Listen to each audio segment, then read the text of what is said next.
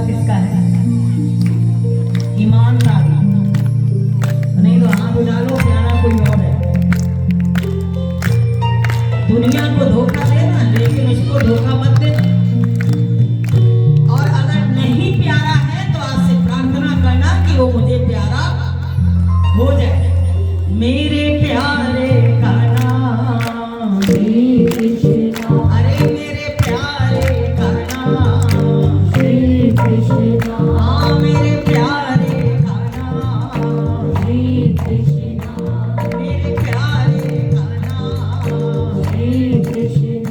मुरली वाले का नाम श्री कृष्ण। मुरली वाले का नाम श्री कृष्ण। श्री कृष्ण श्री कृष्ण।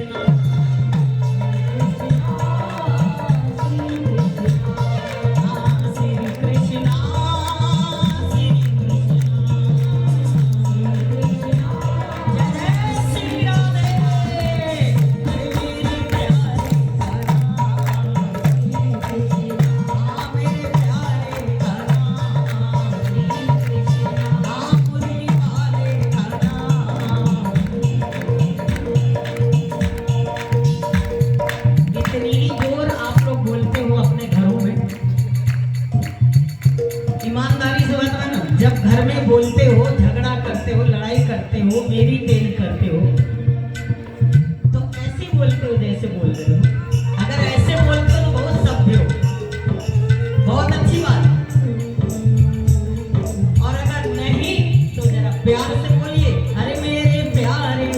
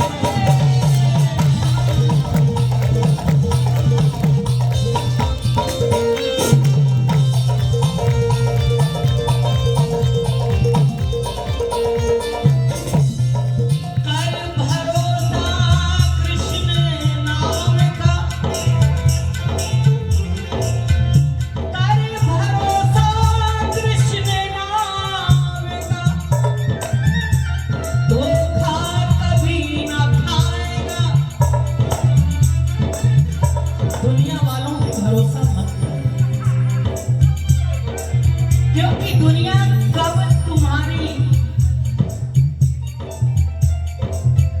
तुम्हारा साथ छोड़ देगी ये कुछ मालूम नहीं। इसलिए अगर हमें भरोसा किसी पे करना है तो केवल किस पर करना, कर भरोसा कृष्ण नाम पर, कर भरोसा कृष्ण नाम पर, धोखा कभी ना खाएगा। सबसे पहले वो, जब भी तुम उसको याद करोगे, उसको बुलाओगे, उसका चिंतन करोगे, उसका ध्यान करोगे, अगर उस पर तुम्हें विश्वास है, भरोसा है, कर भरोसा कृष्ण नाम पर, धोखा कभी ना खाए। सबसे पहले कृष्ण, सबसे पहले कृष्ण तेरे घर आएगा। कोई भी अगर हमारे जीवन में ऐसा वक्त आता है तो दुनिया तो सुख की साथी है, लेकिन प्रभु हमारे सुख के भी साथी हैं और दुख के भी साथी हैं। हर पल के वो हमारे साथी हैं, हर क्षण के वो हमारे साथी हैं।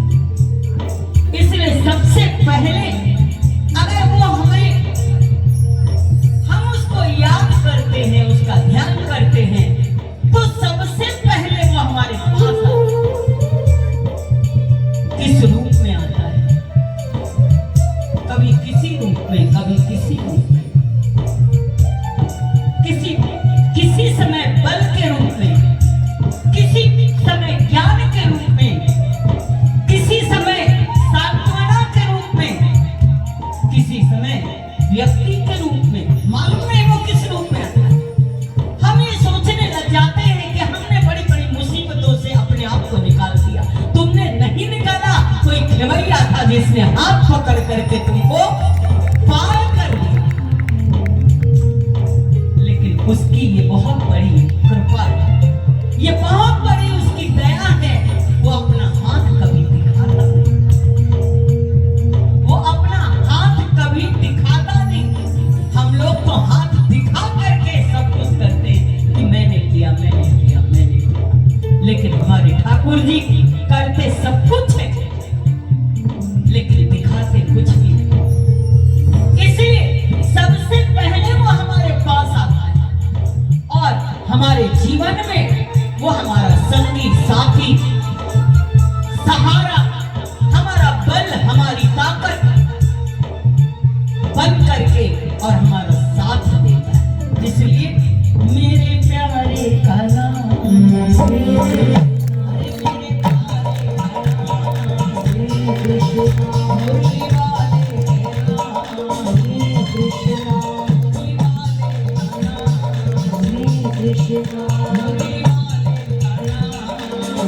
Krishna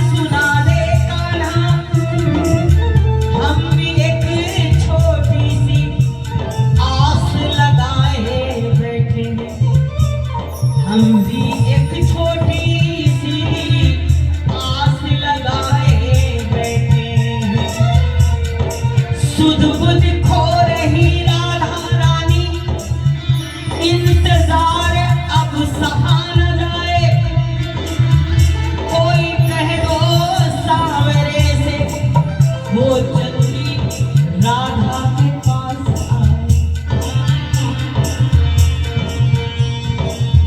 कोई कहे सावरे से जल्दी राधा के पास आए। कन्हैया को राधा ने प्यार से कहा, पैगाम लिखा। कन्हैया ने कहा राधा से कि क्या पैगाम लिखा। खत में सिर्फ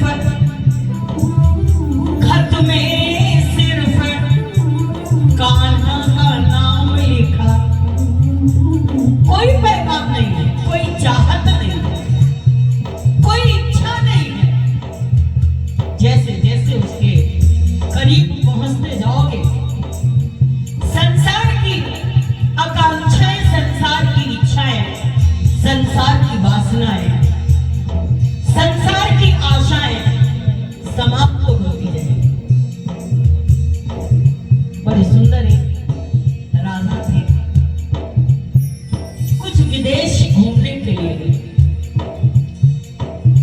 विदेश से जब वापस आने लगे तो उन्होंने अपनी रानियों को पत्र लिखा कि मैं आ रहा हूं, बताओ तुम सबके लिए क्या लाना है, क्या लेकर के आना है। हर एक ने अपनी अपनी इच्छा लिख दी, मुझे ये चाहिए, मुझे ये चाहिए, मुझे ये चाहिए। उनमें से एक रानी थी जिसने एक लिफाफा सफेद लिया, एक कोरा कागज लिया और उस कागज को बिल्कुल लाल कागज ले लिया और उसमें नीली स्याही से लिख दिया साफ। सबके पत्र पहुंचे, पढ़े गए, खोले गए, मंत्री ने पढ़ा। किसी ने कुछ मांगा है, किसी ने कुछ मांगा है, किसी ने कुछ मांगा है। जब उसका पत्र खोला गया उसमें कुछ लिखा ही नहीं था, केवल एक ही बात लिखी थी, बड़ा हैरान हुआ मंत्री बुद्धिमान। पहले राजा से ज्यादा राजा के मंत्री बुद्धिमान होते। क्यों? अगर पास वाला बुद्धिमान ना हो, मूर्ख हो, तो बड़े से बड़ा राजा भी डूब जाए। इसलिए मंत्री बुद्धिमान होना चाहिए। मंत्री मतलब मंत्रणा देने वाला, सलाह देने वाला। ध्यान दीजिए, सलाह देने वाला बहुत सही आदमी होना चाहिए। अगर सही सलाह दे दिया तो मंदिर आ जाओगे, स्वर्ग पहुंच जाओगे, और सलाह गलत दे दिया तो नरक जाओगे और भंवर कुआं के चक्कर लगाते रहोगे। तुम जो है कभी अपने जीवन में अपने मार्ग को, अपने लक्ष्य को प्राप्त नहीं कर पाओगे। पहली बात तो सलाह किसी से लेना ही नहीं चाहिए, अपने विवेक का इस्तेमाल करना चाहिए। और भगवान ने अगर ना विवेक दिया हो, ना आपको बुद्धि दिया हो, ना आपको दिमाग इतना दिया हो, तो सलाह किसी ज्ञानी से लेना चाहिए, अपने सद्गुरु से लेना चाहिए। कभी भी मूर्खों से सलाह नहीं लेना। अपने से छोटे की सलाह मत लो, अपने से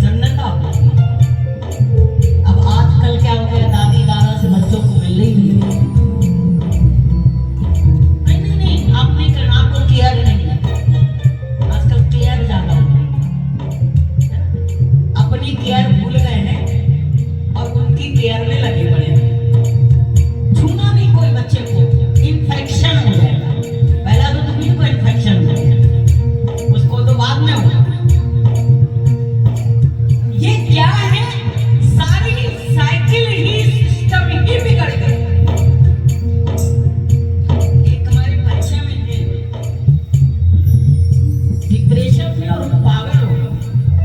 उनकी बहू, उनका बेटा, वो बेचारा अपने पोते के पीछे पागल, और वो उसको मिलने ना दे, वो रोए, वो तड़पे।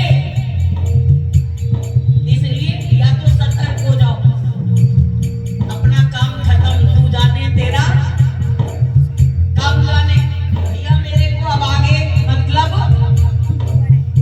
और आओ मंदिर की सेवा करो, मंदिर में भजन करो, मंदिर में अपना आनंद से बैठो, सत्संग सुनो, कन्हैया जी की सेवा करो, भोले बाबा की सेवा करो।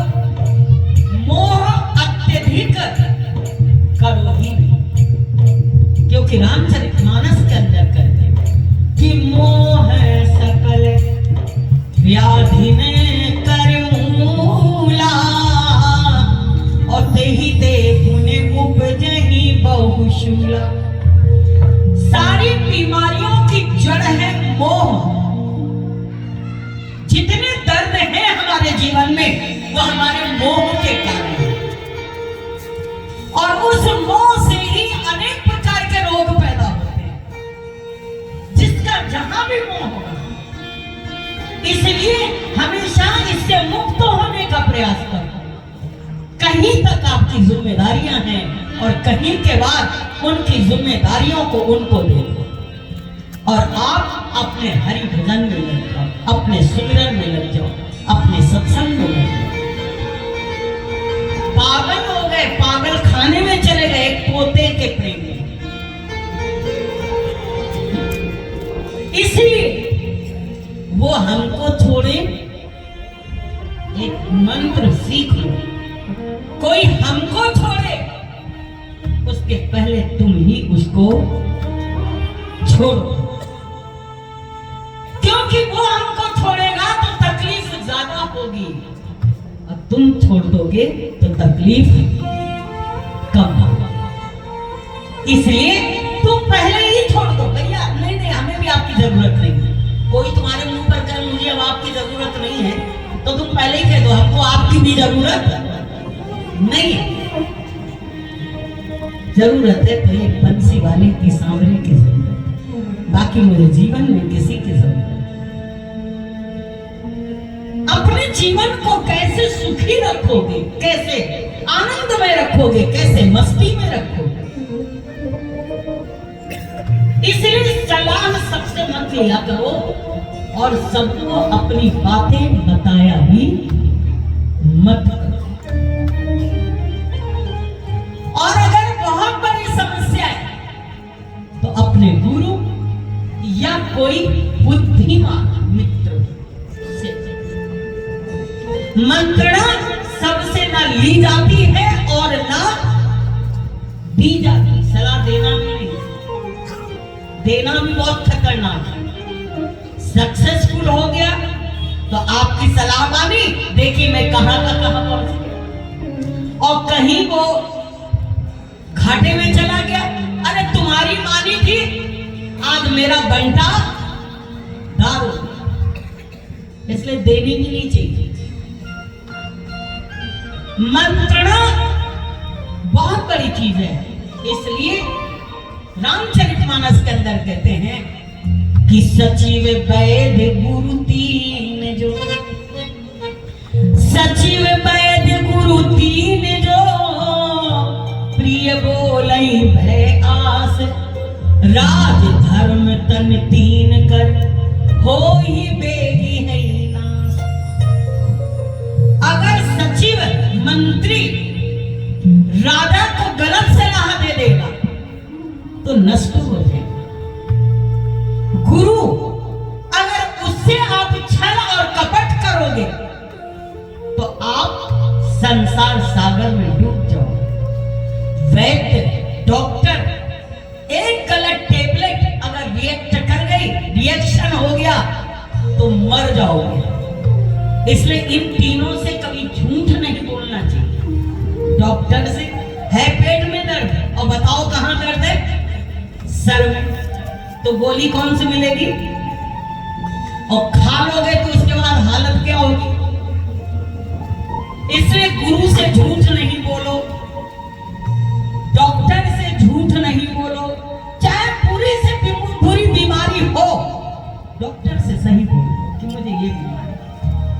अपनी बीमारी को छिपाओ मत, गुरु से कभी झूठ मत बोलो। कितने भी गलत से गलत काम तुमने किया हो, हमारे परम पूज्य भगवान कहते थे, गुनाहगार कह दे मैं गुनाहगार हूं, तो सारे गुनाह उसके माफ हो जाते हैं। और सच्ची में अगर ये झूठ बोल दे राजा से, तो सारा राज्य नष्ट हो जाएगा, सारा राज्य नष्ट हो जाएगा। राज धर्म तन तीन कर हो ही बेगी यही नाश, इनका नाश हो जाएगा। इसलिए मंत्री ने जब उस पत्र को पढ़ा तो कहने लगा, मुझे तो ये समझ में नहीं आ रहा। राजा ने कहा ध्यान से पढ़ो। बोले इसमें तो एक ही चीज लिखी है। बोले क्या? बोले सब रानियों की बात मुझे समझ में आई, लेकिन तुम्हारी ये रानी बहुत बुद्धिमान है। क्या बुद्धिमान है? मुझे तो कुछ समझ में नहीं आ रहा। बोले लाल कागज में, लाल पन्ने में लिखा है साफ, इसमें लिखा है मेरी एक ही लालसा है, एक ही लालसा है कि तुम जल्दी आ जाओ, तुम जल्दी आ जाओ, और मुझे कुछ नहीं चाहिए, और मेरी कोई इच्छा नहीं है, बस तुम जल्दी आ जाओ। तो आज राधा रानी कहती है, पूरे खत में, पूरे पैगाम में केवल एक नाम लिखा है, कान्हा। मुझे कुछ नहीं चाहिए, मुझे तो केवल आप चाहिए। राजा ने कहा वाह, उसके प्रेम और उसके समर्पण और उसके उन भावनाओं को देख करके प्रसन्न हो गए और कहने लगे कि आज सब चीजें उन्होंने खरीद ली, और सारे सामान खरीदने के बाद जब वो गए, सबको एक एक सामान दे दिया जो जिसको लेना था। किसी ने कुछ कहा था, किसी ने कुछ कहा था, लेकिन बाकी सब कुछ जो कुछ भी था वो उस रानी को जाकर के दे दिया। खुद भी उसके पास पहुंच गए और सामान भी उसके पास पहुंच गया। मत सोचो कि दुनिया, अगर हम भगवान से नहीं मांगेंगे तो दुनिया नहीं मिलेगी हमको। तुम तो ठाकुर जी को ले लो, अपने शत्रु को ले लो, बाकी सब सामान सहित वो आपके पास आ जाएंगे। लाभ क्या होगा? वो भी मिला, दुनिया भी मिली, और दुनिया बनाने वाला भी मिला। तुमको दोनों ही मिल जाएंगे। वैसे एक ही मिलता है और वैसे दोनों मिलते हैं। इसलिए हमें अपने जीवन में मेरे प्यारे का नाम श्री कृष्ण, अरे मेरे प्यारे का नाम श्री कृष्ण, अरे मुरली वाले का नाम श्री कृष्ण, मुरली वाले का नाम श्री कृष्ण, मुरली वाले का नाम श्री कृष्ण। बड़ा सुंदर कहा है, बस एक और लाइन कह के होली पर आ जाएंगे। उन्होंने नस देखी हमारी, उन्होंने नस देखी हमारी, और बीमार लिख दिया। वैद्य नारी लिखता है, उन्होंने देखा और देख करके लिख दिया, भाई ये बहुत बीमार है, बहुत बीमारी है। उन्होंने नस देखा हमारी और बीमार लिख दिया, रोग हमने पूछा तो वृंदावन से, रोग हमने पूछा तो कृष्ण से प्यार लिख दिया। बोले इसको बस एक ही रोग है, इसको उनसे प्यार है। रोग हमने पूछा तो वृंदावन से प्यार लिख दिया।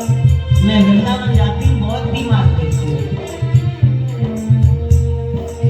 उनकी बीमारी को देख के मुझे ऐसे लगता है काश इतने बीमार हम लोग भी। उनकी दीवानगी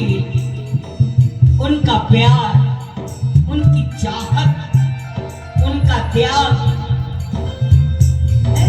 उनका बावलापन, उनका दीवानापन जो कन्हैया के लिए। अभी एक जी हमारे आए हैं, अभी बंदा उनसे कहो तो नाम ले दे, हमारे सीए साहब है, उनका परिवार सारा वृंदावन अभी चलाता, हम सब गए हुए थे।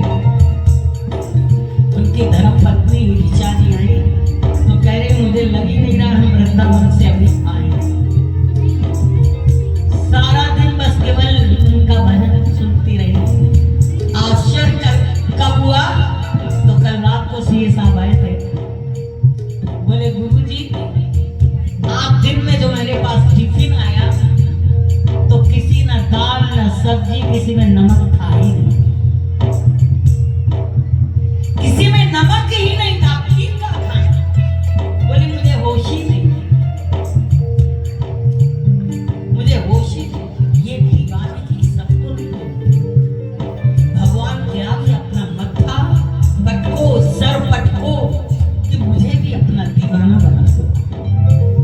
कुछ नहीं, ना ज्ञानी बनाओ, ना त्यागी, ना तपी, ना धर्मी, ना योगी, ना जोगी, केवल अपना दीवाना बना दो मुझे। और अगर उसके दीवाने बन गए तो जगत तो अपने आप छूट जाएगा। जब तक उसके दीवाने नहीं हो तभी तक ये जगत है, और जब उसके दीवाने हो गए तो जगत तो कहां चला गया, आपको छोड़ना नहीं पड़ेगा। गोपियां दीवानी थी, जिसमें शक्कर डालना होता था उसमें नमक डाल देती थी, जिसमें नमक डालना होता था उसमें शक्कर डाल देती। ये उनकी दीवानी थी। इसलिए हमें अपने जीवन में सदैव केवल उन्होंने नस देखी हमारी और बीमार लिख दिया, रोग हमने पूछा तो वृंदावन से प्यार लिख दिया। तब वो कहता है वैद्य से, कर्जदार रहेंगे उम्र भर हम उस वैद्य के,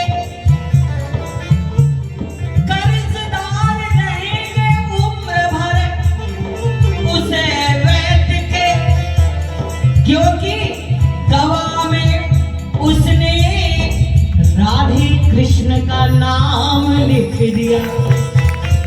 दवा में उसने राधे कृष्ण का नाम लिख दिया। दवा क्या